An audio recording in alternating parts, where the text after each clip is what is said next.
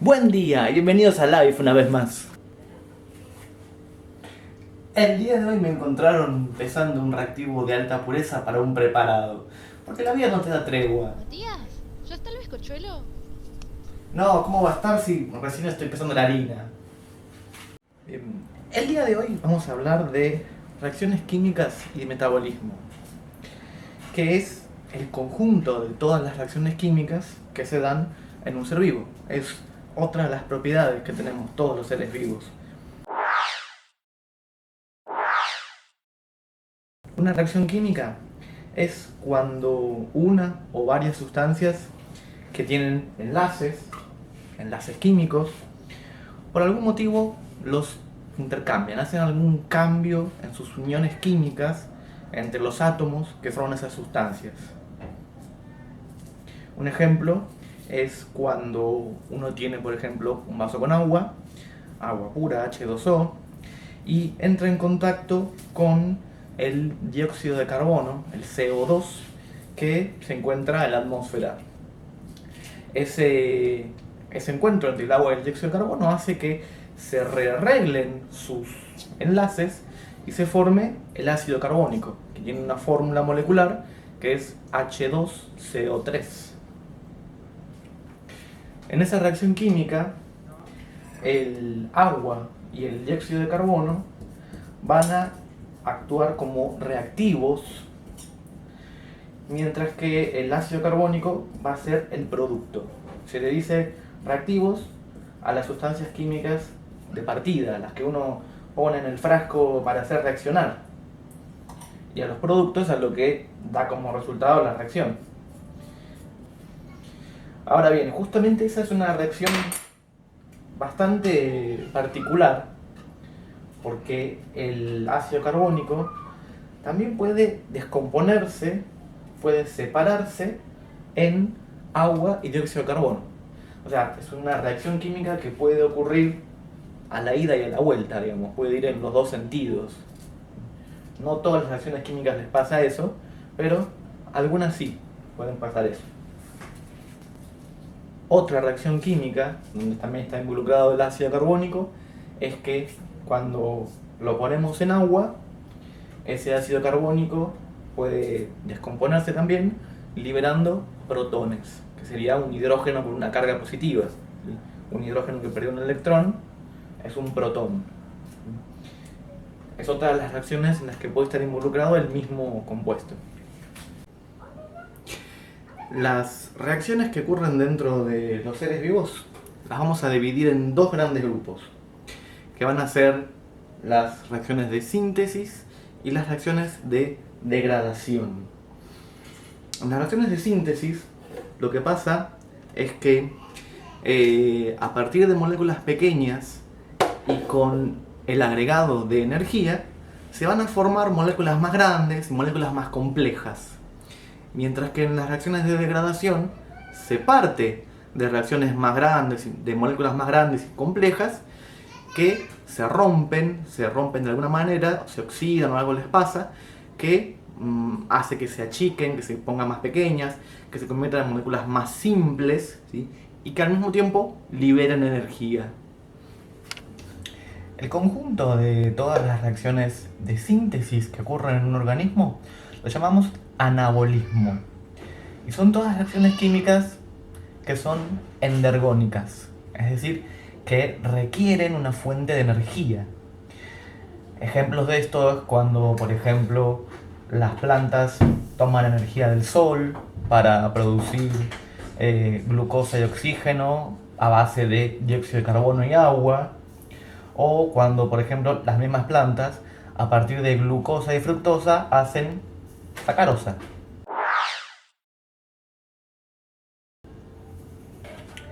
Por otro lado, el conjunto de todas las reacciones químicas que son de degradación lo llamamos catabolismo, y son todas reacciones químicas que son espontáneas, es decir, que no requieren que se las obligue a ocurrir, que ocurren naturalmente por su propia naturaleza, que son todas exergónicas, es decir, que liberan energía y siempre, como decía, van a ser procesos en los cuales, a partir de moléculas más grandes, más complejas, se llegan a moléculas más pequeñas, como por ejemplo lo que ocurre en el tracto digestivo de un animal cuando consume algo, es que todas las moléculas de la comida que consumió son generalmente moléculas grandes y complejas, van a sufrir un proceso químico que se van a ir rompiendo en pequeñas partecitas, moléculas más pequeñas, que pueden ser absorbidas, aprovechadas por ese ser vivo. Otro ejemplo de reacciones de degradación son, por ejemplo, la oxidación de glucosa que hacemos todas las formas de vida, la glucólisis. Es una reacción química que es una ruta metabólica, es una serie encadenada de reacciones que nos permite extraerle energía a la glucosa. Y es una reacción química que hacen todas las formas de vida. Entonces, por regla general, podemos decir que el catabolismo son un conjunto de reacciones químicas de degradación y el anabolismo son un conjunto de reacciones químicas de síntesis, ¿sí? Como regla mnemotécnica puede servir la idea de que cata destruye y ana consume anabólicos. Muy bien, a esto le faltan 2 huevos.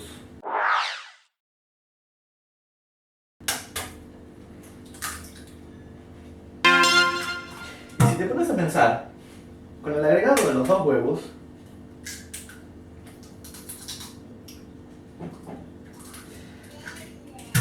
ya en este mismo frasco tenemos ejemplos de un montón de biomoléculas.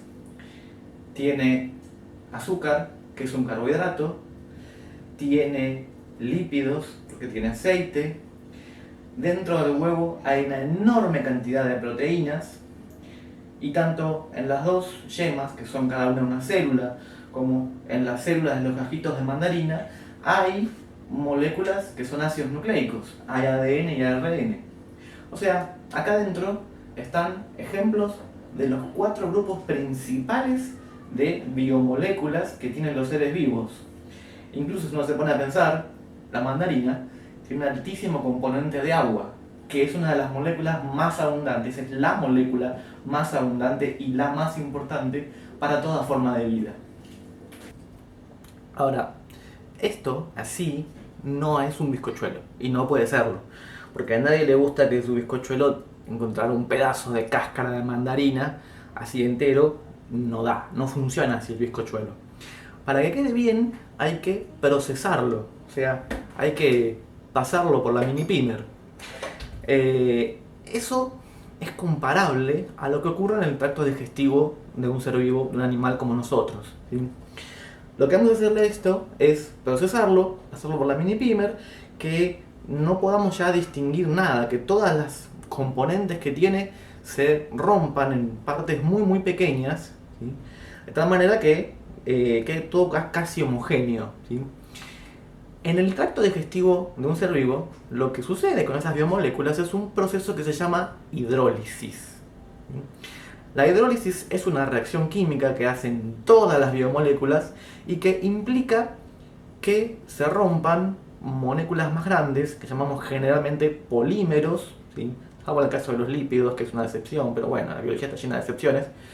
En los demás grupos, en carbohidratos, en proteínas y en ácidos nucleicos, los conjuntos de muchas moléculas unidas son polímeros, ¿no?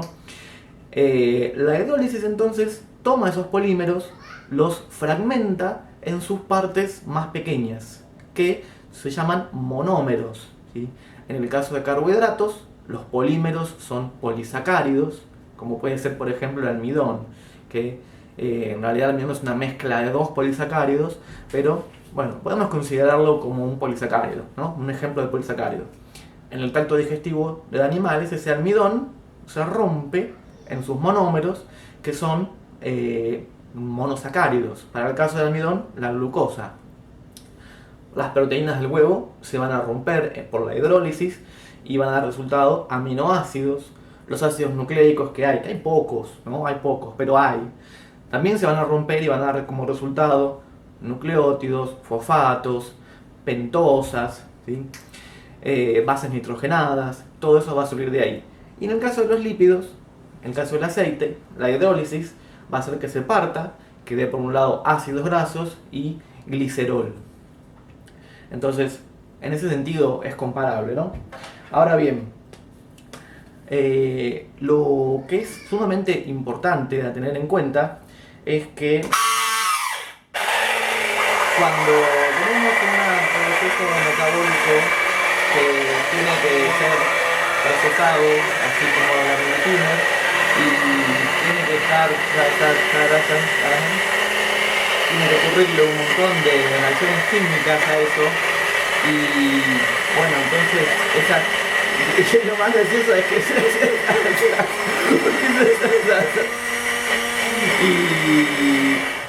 y bueno, y eso es lo más importante que hay que saber acerca del metabolismo. Ahora bien, ya que estuvimos hablando de las reacciones químicas que ocurren en un ser vivo, entonces tenemos que considerar que todas esas reacciones químicas están siempre mediadas por enzimas, que son catalizadores biológicos.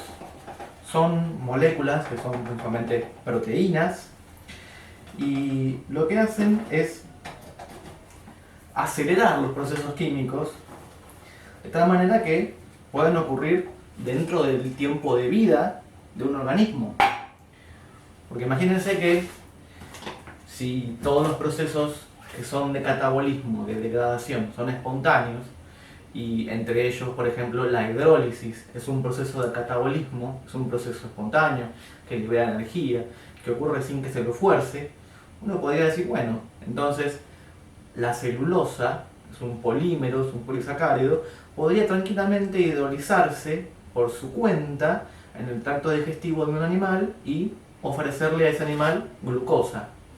Pero bueno, eso no pasa, porque si bien son espontáneas las hidrólisis y todos los procesos de degradación, las oxidaciones y las hidrólisis y ese tipo de cosas, si bien son espontáneas, eso no quiere decir que sean rápidas.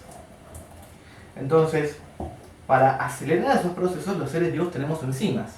Nosotros, animales humanos, puntualmente, no tenemos ninguna enzima que nos permita acelerar la hidrólisis de la celulosa. Entonces, si bien eso es un proceso espontáneo, no va a ocurrir en nuestro tracto digestivo. Y así como entró, salió. O sea, al animal que no tiene esa enzima, no le sirve que ese proceso sea espontáneo. Entonces, lo que hacen las enzimas en sí es determinar qué reacciones químicas ocurren y cuáles no en cada ser vivo y en cada momento del ser vivo. Porque nosotros, por ejemplo, en el tracto digestivo hacemos todo tipo de hidrólisis, todo tipo de degradaciones, pero después absorbemos los monómeros, absorbemos las moléculas que formaban a esos polímeros y lípidos. Y con esas cosas que hemos absorbido, después hacemos nuestras propias proteínas, nuestros propios carbohidratos, nuestros propios ácidos nucleicos. O sea, las volvemos a utilizar en procesos de síntesis. ¿Por qué? Bueno, porque en algún lugar en el tracto digestivo tenemos enzimas que nos permiten hacer ese proceso, nos permiten catalizar la hidrólisis. Y en otros lugares, en el interior de las células, tenemos otras enzimas que nos permiten hacer otros procesos, procesos de síntesis. Por último, un detalle acerca de la harina leudante, y es que lo que tiene que le hace ser leudante es que tiene polvo para hornear mezclado en la harina, ya viene como mezclada con eso, ¿no? Y el polvo para hornear en realidad es bicarbonato de sodio, que es el ion bicarbonato, el que venía del ácido carbónico, el mismo del que estaba diciendo al principio, combinado con un ion de sodio, ¿sí? Que no corta ni pincha para el caso, no me corta. Ese es el componente principal del polvo para hornear. Aparte de eso, tiene un ácido que lo que hacen es que cuando el polvo para hornear esté en presencia de calor y en presencia de agua adentro del horno, ese bicarbonato capte del medio protones, se convierta en ácido carbónico y ese ácido carbónico se descomponga después en dióxido de carbono y agua. O sea, hace la misma reacción que estaba contando al principio, pero la hace en el sentido inverso, ¿sí? Vuelve a producir dióxido de carbono y agua. El dióxido de carbono, como es un gas, en el calor del horno se va a expandir y al expandirse hace que el bizcochuelo leve, con suerte, ¿no? Esperemos que leve, no sé si va a elevar, sí. Esperemos que leve. Por cierto, podríamos seguir hablando de esto, pero la verdad es que tengo que meterlo al horno 30, 40 minutos, horno suave, y seguir haciendo cosas, así que no vamos a poder seguir hablando de metabolismo. Pero, mientras tanto, les voy haciendo un comentario.